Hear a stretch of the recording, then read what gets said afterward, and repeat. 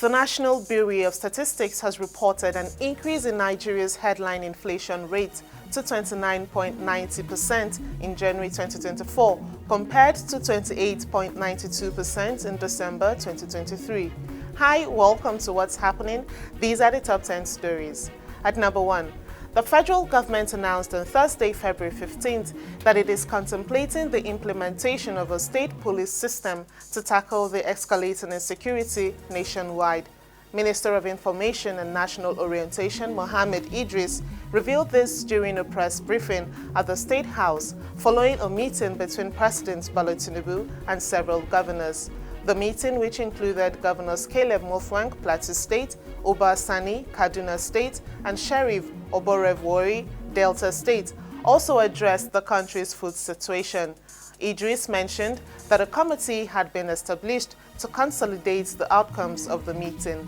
At number 2, Minister of Power Adebayo Adelabu has stated that the federal government is committed to settling more than 3 trillion naira debt inherited in the power sector.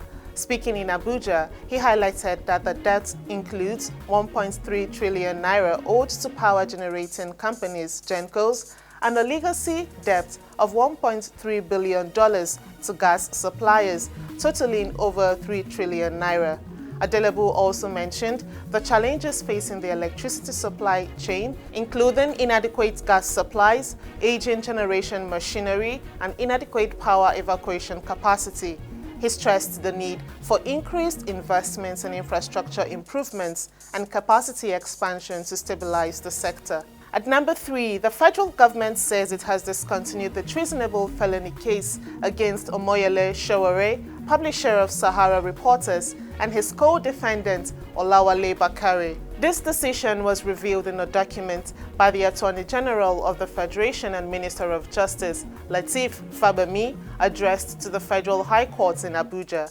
The trial judge, Justice Emeka Nwite, had earlier threatened to strike out the case due to the prosecution team's inability to present clear arguments. Sowore, who was arrested in 2019, has vowed to sue the federal government and the Department of State Services for 100 billion naira for the trauma caused to him and his family during his detention and confinement in Nigeria, and also for the assassination of his brother Olajide Sowore during the 5-year period.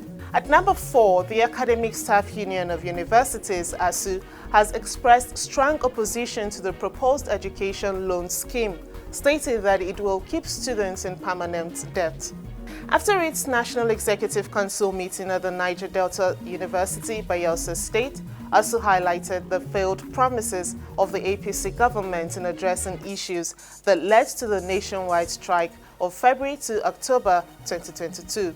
The union rejected the students' loan scheme, warning that it would starve public universities of funding and lead to perpetual indebtedness for students. Instead of the loan scheme, ASUU suggested that grants and scholarships should be made available to students, and the needs-based budgeting system should be restored to the university system for greater efficiency.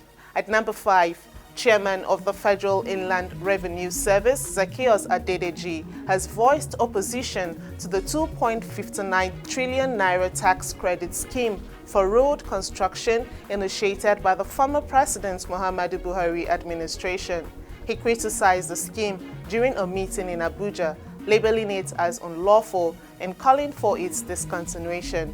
Adedeji said the FIRS role is to collect and remit taxes to the federal account, not to allocate funds for specific purposes through executive orders. The Senate Committee on Finance has summoned FIRS and the NNPCL to discuss the scheme's implementation amid concerns about the country's poor road conditions. To address the issue, FIRS and CBN will meet with the Ministry of Works on February 17th to assess the scheme and ensure compliance with proper procedures. At number 6, the presidential candidate of Labour Party P2B has called for a thorough investigation into the alleged financial impropriety leveled against the national chairman of the party, Comrade Julius Abure. Obi said the party would provide a transparent accounting of all donations raised throughout the campaign.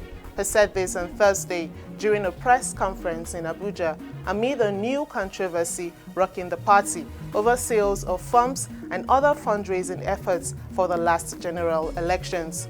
Recall the National Working Committee of the Labour Party on Wednesday suspended its national treasurer, Mrs. Oluchi Opara, for 6 months for allegedly dragging the party's name into mud. Opara accused Abure of mismanaging 3.5 billion naira raised from the sale of nomination funds and fundraising activities in the build-up of the 2023 general election. At number 7, the National Bureau of Statistics has reported an increase in Nigeria's headline inflation rate to 29.90% in January 2024, compared to 28.92% in December 2023. This represents a 0.98 percentage point increase and an 8.08 percentage point increase compared to January 2023. On a month-on-month basis, the headline inflation rate in January 2024 was 2.64%, higher than December 2023, 2.29%. The Consumer Price Index for the 12-month ending January 2024 increased by 5.99% compared to January 2023. Food inflation in January 2024 was 35.41% year-on-year, driven by higher prices of bread and cereals, potatoes, yam and other tubers, oil and fat, fish, meat, fruit, coffee, tea and cocoa. On a month-on-month basis, food inflation was 3.21%, up by 2.72% for December 2023. At number 8, 2 Nigerian men accused of murdering university student Rita Waeni Mwendo were released by a Makadara court, Kenya, despite pending DNA test results. The court had allowed the police to detain William Ovie Opia and John Bull Asabo for 21 days to collect DNA samples. Investigations by the Directorate of Criminal Investigations (DCI) revealed the suspects were living in Kenya illegally and were suspected to have killed and dismembered the body of a 20-year-old woman in an apartment on TRM Drive, Kasarani, before disappearing with her head. The men were traced to an apartment in Dendiru, Kiambu County, where items related to the case were found. The case is set to be mentioned on March 14th to confirm the DNA test results. At number 9, the Super Eagles of Nigeria, Africa Cup of Nations runners-up, have climbed 14 spots to 28 in the February FIFA ranking with 1,522 points. They are now the third-ranked team in Africa, behind Morocco 12th and Senegal 17th. Newly crowned African champions Côte d'Ivoire moved up 10 spots to 39th place.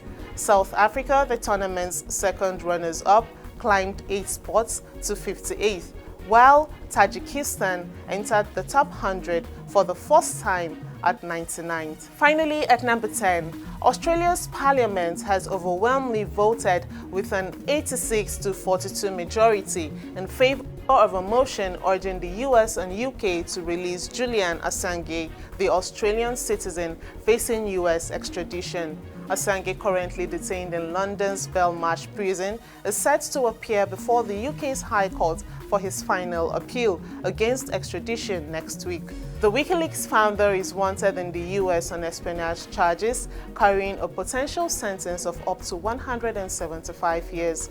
Prime Minister Anthony Albanese, supporting the motion, has emphasized the need for a conclusion to the Assange case, previously raising the matter with US President Joe Biden during a state visit in October. That's all for today. See you next time on What's Happening.